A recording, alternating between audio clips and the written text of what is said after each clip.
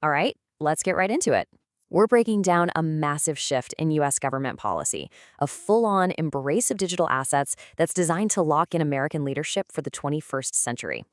Okay, so let's start with a quote that just perfectly captures what's going on here.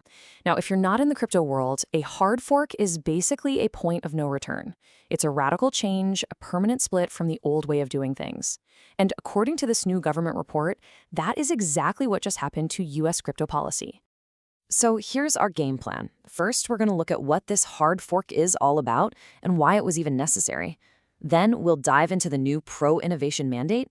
After that, we'll cover how this is unleashing banks and markets, what it all means for the dollar's future, and finally, we get to the really wild part, the creation of a national digital stockpile.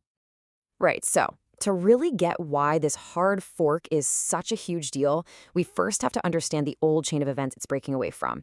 For years, the U.S. actually created a really difficult, you could even say hostile, environment for its own innovators in the digital asset space. This slide really lays out the core issues. I mean, just imagine trying to build a new tech company when you don't even know the rules. That's regulatory uncertainty. Then imagine the only way you find out what the rules are is when a regulator sues you. That's regulation by enforcement. But the real killer was systematic debanking, a practice that got so bad it earned its own nickname. And here it is, Operation Choke Point 2.0. This wasn't just about confusing rules. This was the active denial of basic banking services. We're talking about legitimate, innovative American companies that literally couldn't get a simple bank account. This was effectively choking the industry's growth at home and, of course, pushing it overseas. But that era, it's over. Let's get to the catalyst for this whole hard fork. A brand new executive order with a crystal clear mission to undo the damage and finally get behind innovation. This image really sends a signal, doesn't it? This isn't just some small tweak to the rules. It's a fundamental decision to start treating digital assets not as some kind of threat to be contained, but as a critical technology for the future of the economy and for American leadership. So, what does this new mandate actually do? Well, it's really built on 5 key pillars. First, and this is huge, it protects your fundamental right to hold your own assets, self-custody. Second, it's going to actively promote private U.S. dollar-backed stablecoins. Third, it's a direct reversal of Operation Choke Point, making sure there's fair access to banking. Fourth, it's about giving developers the clear rules of the road they've been begging for. And finally, it draws a very hard line in the sand against a government-controlled digital dollar, a so-called CBDC. Okay, so principles are one thing, but let's look at how this all translates into actual action. Because it's not enough to just state your intentions. You have to actually tear down the old system and build a new one with clear, sensible rules. And this is the first most decisive step.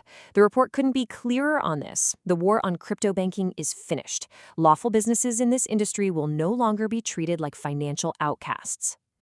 Now, a huge part of the old problem was this one piece of SEC guidance known as SAB 121. To put it simply, this rule made it basically impossible for big, publicly traded banks to hold digital assets for their customers. It was a massive barrier preventing mainstream adoption. And just like that, it's gone. With that one word, a gigantic roadblock has been completely removed. This paves the way for America's biggest financial players to safely get into the digital asset custody game. This table really shows the new coordinated game plan. Instead of fighting over territory, the SEC and the CFTC are finally moving in sync. You can see the SEC has ended its sue first, ask questions later strategy and is now providing clarity. Meanwhile, the CFTC is launching innovative products and actually listening to the industry. The big takeaway here is a major shift from chaos and hostility to a clear, collaborative framework designed for growth. Now, this whole policy change isn't just about the U.S. domestic market. It's actually a key part of America's global financial strategy. So let's take a look at how the U.S. plans to make sure the dollar stays on top in the digital age. And the centerpiece of this whole strategy is the Genius Act. This is landmark stuff. It takes dollar-backed stablecoins out of that legal gray area they've been stuck in and creates a clear, predictable system for them to operate and innovate right here in the United States. And just look at the scale we are talking about here. Almost $250 billion. This isn't some niche hobbyist market. It's a massive global system for moving dollar-denominated value. By backing well-regulated private stablecoins, the U.S. is essentially giving the dollar a massive tech upgrade, making it faster, cheaper, and more accessible for the entire world. So, this leads to the obvious question, right? If digital dollars are the future, why shouldn't the government just issue one itself? Well, this new policy has a very, very clear answer to that.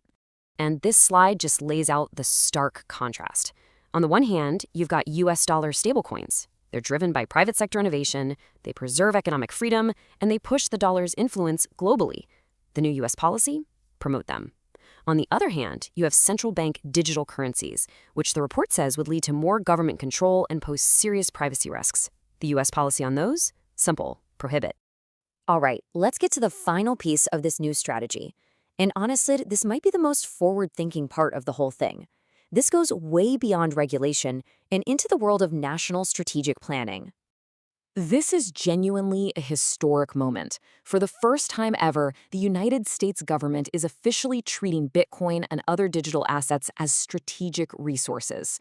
It's creating a national reserve, just like it does for other critical materials like oil. And the plan to create this reserve is actually incredibly straightforward. First, it's going to be funded with digital assets the government already owns from things like criminal forfeitures, so it doesn't cost the taxpayer anything new. Second, it'll be professionally managed by a new office inside the Treasury. And third, and this is the really critical part, the Bitcoin in the reserve will generally not be sold. This is a powerful signal of a long-term national belief in this asset class.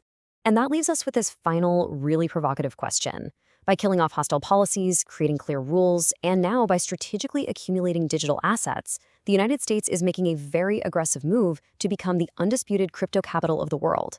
The question is no longer if this will change things, but how it will reshape the entire global economic landscape for decades to come.